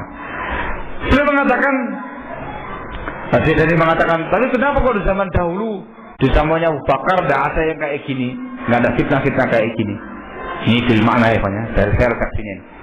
Beliau mengatakan kalau di zamannya Abu Bakar As-Siddiq rakyatnya kayak saya, tetapi kalau di zaman saya sekarang ini rakyatnya kayak kamu. Artinya apa ya, Pak? Kalau di zaman Abu Bakar As-Siddiq rakyatnya soleh, semacam Ali bin Abi Thalib radhiyallahu taala anhu, seorang sahabat yang mulia. Para sahabat semua masyarakatnya itu dan para tabi'in yang solihin, maka muncul kondisi yang aman, kondisi yang tentram, kondisi yang luar biasa. Penguasa yang sangat adil, nggak ada fitnah dan segala macamnya. Lah, zaman saya sekarang ini rakyatnya kayak kamu ini. Tukang fitnah, tukang kacau, tukang zalim, tukang pengrusak dan segala macamnya. Maka yang muncul adalah kerusakan, kezaliman dalam bangsa dan negara. Maka akan Nabi Muhammad di antara cara syar'i yang dijelaskan dalam Islam ialah kembali kepada pihak masyarakat itu sendiri. Kalau kepingin penguasanya soleh, maka barakallahu fikum masyarakatnya harus soleh. Dari sini pentingnya dakwah salafiyah, dakwah sunnah ditebarkan di tengah-tengah masyarakat, mengajak umat manusia untuk kembali ke jalan Allah yang benar, kepada Alkitab wa Sunnah dengan pemahaman salaful ummah, mensolehkan masyarakat, meningkatkan iman dan takwa masyarakat. Dakwah salafiyah itu merupakan upaya untuk meredam kekesaman para penguasa dari sisi dakwahnya. Barakallahu fikum. Tapi masalah yang adalah yang disebutkan dalam agama itu tidak instan. Ya, secara zahirnya itu kayak gimana ya, tidak kuasa menghadapi kezaliman para penguasa. Begitu. Maunya mereka kan yang real, yang nyata gitu ya, yang kelihatan gitu loh, gerakan yang kelihatan gitu, yang instan. Ayo, gitu maunya mereka itu. Padahal dengan lebih merusak daripada memperbaiki. Sementara bimbingan Islam yang dikatakan tadi oleh para ulama kita, mendoakan mereka, menasihati mereka, kemudian meningkatkan iman dan takwa kepada Allah, istighfar dan taubat yang banyak dari segi masyarakat. Itu gerakan-gerakan yang tidak ada zahirnya, di bawah tanah semuanya itu, tidak ada yang tahu. Tetapi hasilnya luar biasa. Sangat luar biasa dikarenakan kita tidak mengandalkan kekuatan pribadi, tidak mengandalkan kekuatan rakyat, tetapi menghadapi kekesaman penguasa itu dengan taufik dan hidayah dari Allah Subhanahu wa taala, dengan kekuasaan dan kemampuan Allah Tabaraka wa taala. Allah Maha Kuasa atas segala sesuatu. Maka serahkan, kita pasrahkan semua kepada Allah, dan Allah Tabaraka wa taala dengan kekuatannya, dengan kekuasaannya dan kekayaannya akan merubah penguasa tadi. Barakallahu fikum. Wallahu ta'ala shawab. Ini terkait dengan masalah materinya, mudah-mudahan bisa dipahami dengan baik. Barakallahu fikum.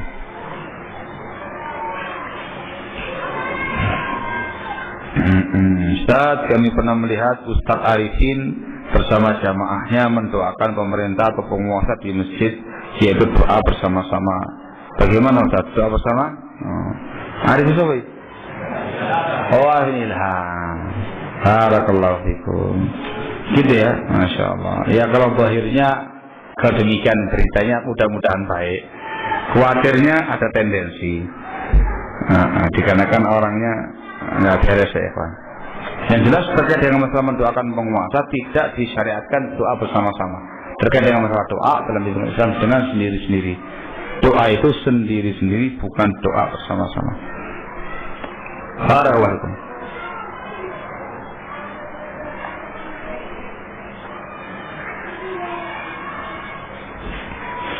Menyebutkan penyimpangan-penyimpangan pada penguasa yang jelas-jelas melakukan penyimpangan.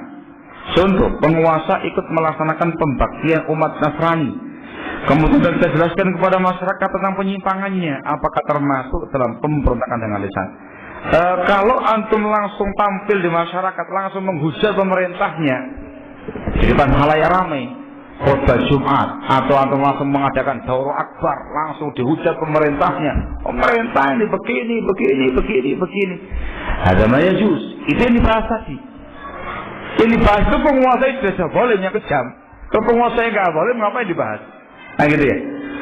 Tetapi kalau yang antum bahas dalam membahas batilnya, sisi batilnya dengan tanpa menyebut nama, boleh.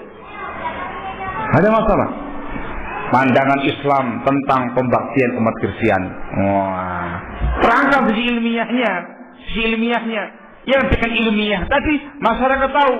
Oh, yang benar begini, yang itu salah. Dengan tanpa mengusik emosi masyarakat.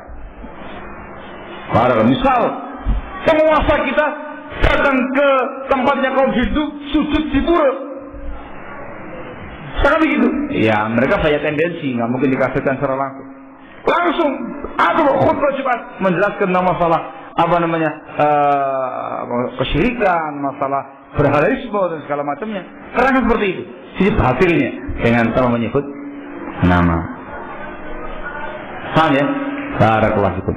Ketika nyebut nama langsung di depan penguasanya, ittaqillah. Pak Muslim, kenapa kok datang ke tempat pembaktian kaum Kristiani? Langsung nyuting begitu. Nggak apa-apa, dek wani. Kayak gitu ya. Kalau berani itu di depan mereka semua, bukan di belakang, langsung di depan mereka semua. Bapak ini sujud di pura kesyirikan. Gitu.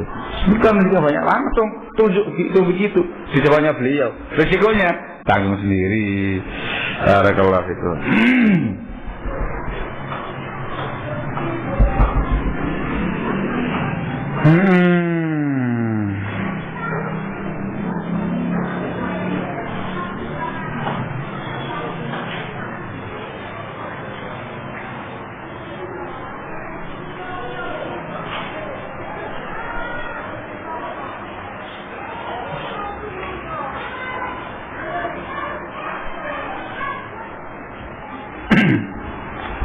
Ustaz, bagaimana menurut Anda ketika kita berada di Syam, Suriah, yang dipimpin oleh presiden yang kejam, manusia bagaikan hewan, disuruh untuk sujud kepada dia, jika menolak ayah kita dibunuh, ibu kota diperkosa, di depan mata dibunuh, harta dirampas, dan kita juga ditembak. Pertanyaannya, apakah kita harus taat kepada pemimpin di atas kejahatannya dengan terang-terangan dan disaksikan oleh umat Islam sedunia? Yang dibahas sekarang bukan masalah taat atau enggak taat. Sudah kita bahas sebelumnya. Kalau ketaatan kepada dia, enggak. Ketaatan kepada penguasa hanya dalam perkara yang ma'ruf atau dalam perkara yang mubah. Sudah kita bahas di tema sebelumnya. Ya, yang tadi kita bahas itu adalah bagaimana mensikapi kekejaman mereka. Apa dengan cara pemberontakan? Jawabannya tidak. Apakah dengan cara menghujat? Jawabannya tidak. Tapi dengan cara-cara yang syar'i tadi. Jadi paham ya? Nah, sehingga tolong jangan salah paham pada kelas itu. Dalam kondisi demikian kita ingkari. Sedangkan yang kejam ini, sedangkan yang mungkar ini, kita ingkari. Tapi tadi ya Pak, kita mensikapi dia kalau misalkan dia masih muslim dengan sikap-sikap yang diterangkan di atas. Barakallahu fikum. Ya, kondisi seperti inilah kira-kira penerapan prinsip yang tadi kita jelaskan tadi ya Pak. Ini kondisinya. Kalau penguasa yang semata-mata dari jauh pidato kemudian membawakan kebijakan yang meresahkan masyarakat gitu, enteng. Ya, BBM naik, enteng. Yang kayak gini nih yang dimaksud. Nah, ini ketika mereka akalu malak wa darabu dhahrak, penguasa itu mengambil, merampas hartamu, memukul kamu, membunuh ayahmu. Nah, itu penguasa yang kejam, yang zalim tadi. Dan kalau dia masih seorang muslim, dituntut kamu untuk menerapkan prinsip Islam kepada dia. Ketaatan? Tidak, dikarenakan perkara yang mungkar. Memberontak? Tidak, dikarenakan bukan cara yang syar'i. Bagaimana? Mendoakan kebaikan untuk dia, menasihati dengan cara yang baik di depan mata dia. Kemudian kita memperbanyak istighfar kepada Allah, bertaubat kepada Allah. Kemudian kita meningkatkan iman dan takwa kita kepada Allah Subhanahu wa taala. Yaitu saat itu penerapannya. Barakallahu fikum. Adapun soal penanganannya dikembalikan kepada pihak yang berwajib. Berarti kita mengakui kemungkaran mereka loh ya? Bukan. Yang dibahas tadi itu bagaimana cara meredam kekejaman mereka. Kejam, zalim, mungkar. Barakallahu itu. Tapi cara meredamnya dengan cara yang syar'i tadi.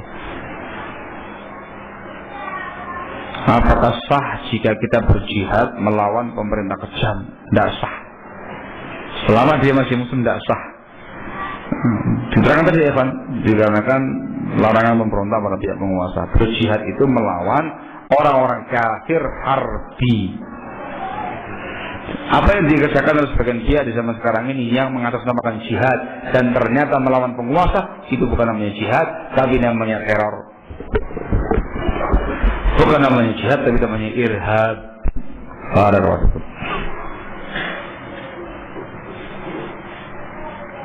Apa makna sultan dalam lafaz hadisnya Rasul? Apakah juga berlaku pada kondisi negara dengan sistem demokrasi, presiden, MA, DPR, MPR, ataukah hanya kepada negara berbentuk monarki? Jawabannya semuanya masuk. Itu disebutkan oleh Syekh Al-Imam Al-Allamah Muhammad ibn Shalih Al-Utsaimin rahimahullah dalam kitab beliau Syarah Al-Aqidah As-Safariniyah. Dan kalau belum membahas masalah ini, belum mengatakan semuanya masuk. Yang dalam bentuk republik, yang dalam bentuk negara kerajaan dan segala macam, semuanya. Pemimpin tertinggi sebuah negara itu dikatakan sebagai sultan, dikatakan sebagai amir, dikatakan sebagai imam, dikatakan sebagai amirul mukminin selama dia seorang muslim.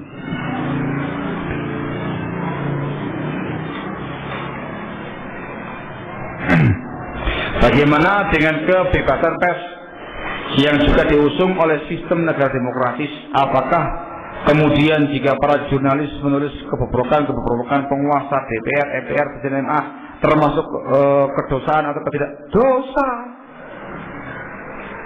Karena kita menggunakan bimbingan syariat, bukan menggunakan bimbingan kebebasan pers. Ya, kita menggunakan bimbingan syariat. Syariat yang mengatakan tidak boleh. Walaupun negara kamu menjunjung tinggi kebebasan yang ada, tetap kamu tidak boleh. Barakallahu itu. Boleh insya Allah ya. Kita punya agama, punya prinsip agama. Barakallahu itu. Ada huwa. Dan anda tahu sendiri bagaimana dampak negatif daripada sistem ini. Kalau sudah ngamuk masyarakatnya, ya wes, dibakar sana dan segala macamnya, luar biasa. Jadi kita kembali kepada bimbingan Islam, bukan kembali kepada kebebasan pers. Sisi yang mungkin bisa kita manfaatkan ya dakwah kita seperti ini. Jadi kebebasan gitu ya. Dikasih kebebasan, ya sudah dakwah belak-belakan ya. Perang-perangan di mana-mana ya, di masjid, di musola-musola, di rumah-rumah. Nggak usah mengadakan gerakan bawah tanah. Sudah bebas pers ke bawah tanah. Nggak lucu kan? Di atas tanah. Tapi masih tetap dalam koridor syariat. Barakallahu fikum. Di negara yang lainnya nggak bisa ya, nggak bisa. Mau mengadakan daurah, susah sekali. Mau mengadakan muhadharah aja, mau jadi khatib ya setengah mati. Mana negara mana itu kira-kira? Betul kan ya? Negara Malaysia katanya. Tidak jauh dari kita ya Pak. Setengah mati itu. Nggak kayak antum di Indonesia ini. Di Indonesia enak aja udah. Daurah kajian tabligh akbar di Bantul. Jadi gitu. Di Simbau jadi gitu. Ya, enak. Kalau mereka setengah mati. Sisi yang ini kita memanfaatkan kebebasan pers.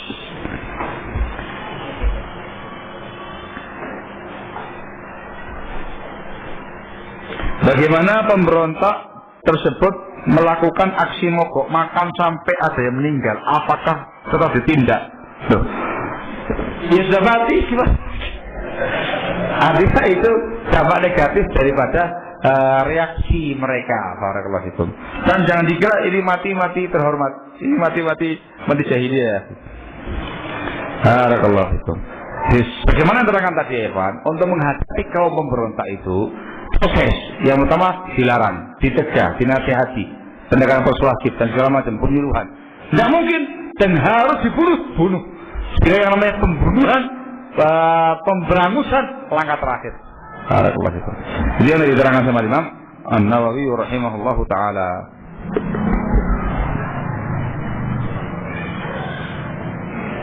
Bagaimana bila kita dahulu pernah menghujat pemerintah, apakah taubat kita tidak diterima sebelum tahu ilmunya ini? Sekarang segera bertaubat kepada Allah. Sekarang sudah. Begitu antum tahu ilmunya, segera bertaubat kepada Allah dengan taubatan nasuha dan jangan diulang lagi. Jadi semua pihak yang pernah terlibat di dalam urusan ini, urusan pemberontakan penguasa atau menghujat penguasa dan segala macamnya, segera bertaubat dengan taubatan nasuha. Mumpung belum telat.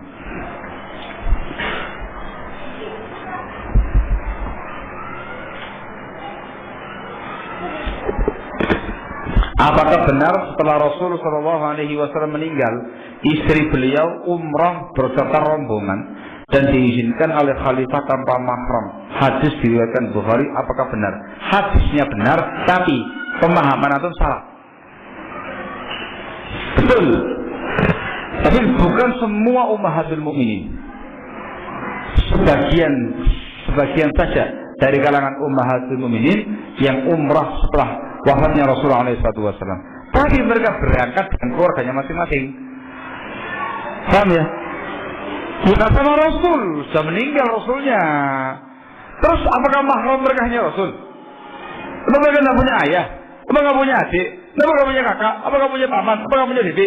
Apa nggak punya mahram yang lain? Jawabannya punya. Nah, mereka berangkat umrah menggunakan keluarganya mereka masing-masing. Jadi paham ya? Ada huwa.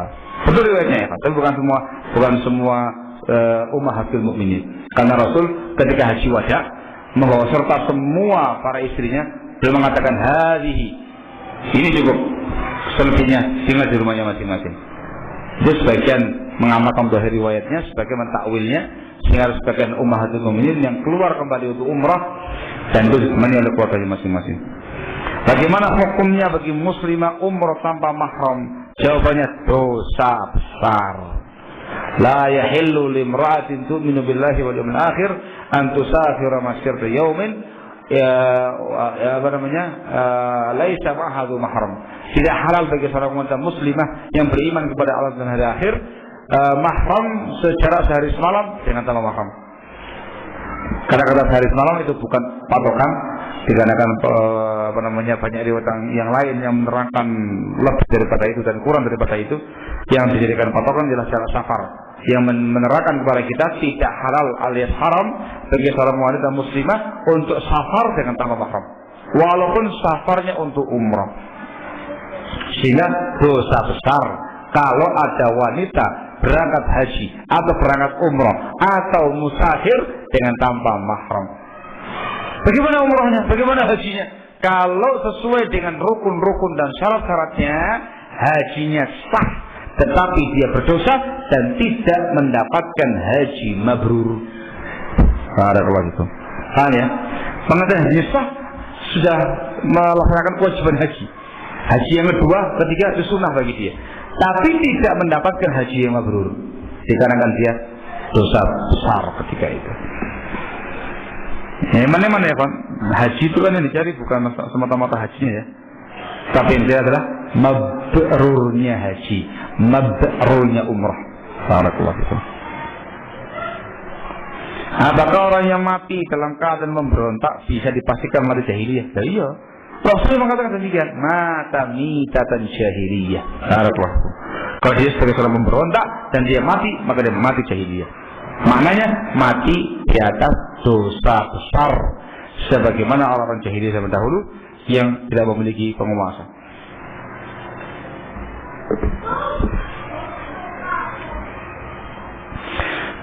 berasa nih. Belum masuk ya? Tanggung ya Evan ya? Iya dia kok nih.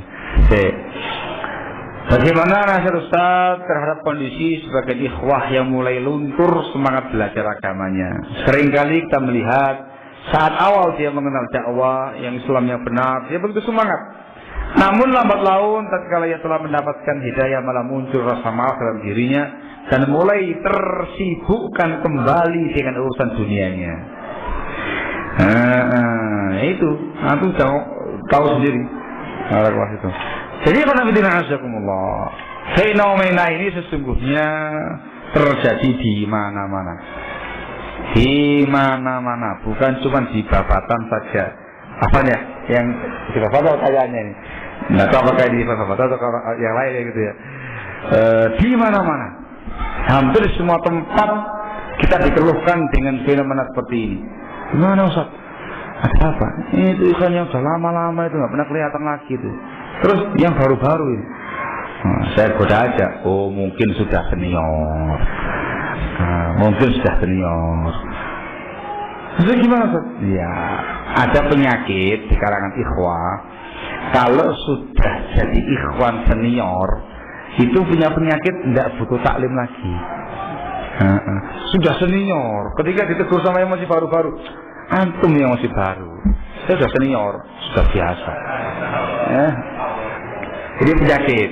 Asani yang kedua ya kawan, dikarenakan sudah merasa senior, tidak mau datang ke tempat atau ke taklim ustadz yang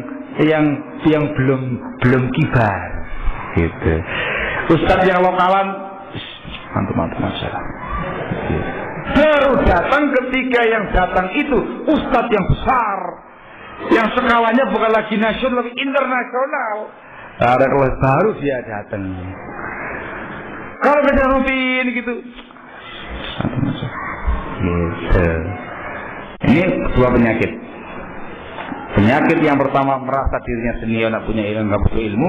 Penyakit yang kedua ialah pilih ustadz. Jadi kalau boleh dengan bahasa kasar ya, apa ini? Sebulan dia sama saya ngaji ini bareng.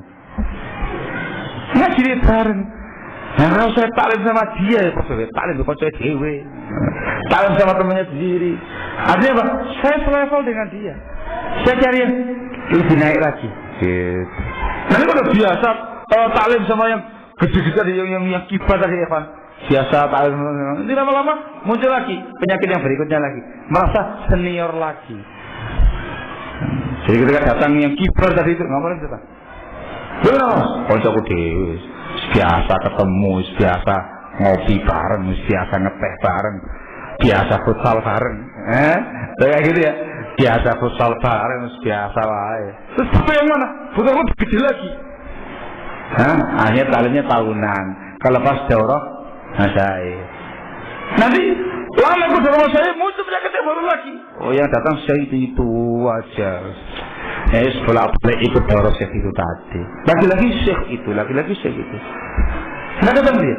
Begitu datang syekh yang baru, wah semangat lagi. Kayak tahun sekarang ini ya. Insya Allah datang Syekh Ubtal Jabir. Wah semuanya bergairah itu. Semangat semuanya. Yang dulunya malas cari cuti, cuti sekarang juga. Allah ya itu. Nggak nyinggung yang dipercaya ada ya. Ada kelas itu. Kenapa? Allah. Ini penyakit barakallahu fikum. Ini harus segera diantisipasi. Dan penyakit yang berikutnya ialah ketika dia sudah tersibukkan dengan yang namanya dunia. Kalau sudah sibuk dengan dunia, ikhwan, ilmunya akan diabaikan. Bukan berarti kita melarang orang untuk mencari ma'isyah, tidak. Mencari ma'isyah itu pekerjaannya orang-orang besar. Tetapi tidak sampai melalaikan dia dari zikrullah, tidak sampai melalaikan dia dari ilmu, tidak sampai melalaikan dia dari ibadah kepada Allah Subhanahu wa taala. Usaha yang paling barokah, usaha yang paling halal, usaha yang paling thayyib ialah usaha yang bisa membantu dia untuk semakin meningkatkan iman dan takwa dia kepada Allah Subhanahu wa taala. Barakallahu fikum. Namanya perlu dikaji masalah ini. Gitu ya. Perlu dikaji masalah ini. Nah, masalah usaha dan gimana bahasanya? Antara usaha dan takwa gitu ya. Antara usaha dan agama gitu. Soalnya bukunya sudah ada. Sejak dulu saya cari-cari baru kelihatan bentuknya, saya dapatkan bukunya. Masya Allah. Ya sedikit kemarin secuil saya sampaikan di Bapak. Nah, itu pancingan itu pancingan. Itu luar biasa, bukunya sangat bagus sekali. Kaidah bahwa terkait dengan masalah dunia usaha dan kaitannya dengan masalah iman dan takwa kita kepada Allah Subhanahu wa taala. Sangat bagus sekali ya, Pak, untuk antum semuanya ini. Al-muhim, tolong penyakit itu dihilangkan. Yang namanya ilmu dipelajari sampai mati. Orang itu tidak akan jadi mulia hingga dia belajar kepada orang yang lebih alim atau orang yang selevel atau bahkan orang yang lebih rendah daripada dia. Ketika dia mampu mengambil dari tiga pihak ini, mengambil ilmu dari semua pihak, yang lebih alim, yang sejajar, atau yang lebih rendah, maka dia akan menjadi orang yang sangat mulia. Dan diwaspadai dan antisipasi bahaya dunia. Bukan semata-mata membuat loyo orang-orang senior ini, tapi sampai pada tingkat membuat terperosok sebagian dai Allah, membuat terperosok ke dalam kubangan penyimpangan sebagian dai Allah yang dibuat dengan dakwahnya, dengan sunnahnya, dengan istiqomahnya, kena dunia lewat. Hati-hati. Barakallahu fikum. Mudah-mudahan bisa diambil pelajarannya dan ibrahnya. Dan yang terpenting barakallahu adalah istiqomahan kita di atas al-Islam sunnah dan ilmu agama yang mulia ini. Kurang lebihnya saya mohon maaf yang sebesar-besarnya. Wa akhirul kalam subhanaka wa bihamdik asyhadu an la ilaha illa anta astaghfiruka wa atubu ilaik. Fadhlu hafizakumullah.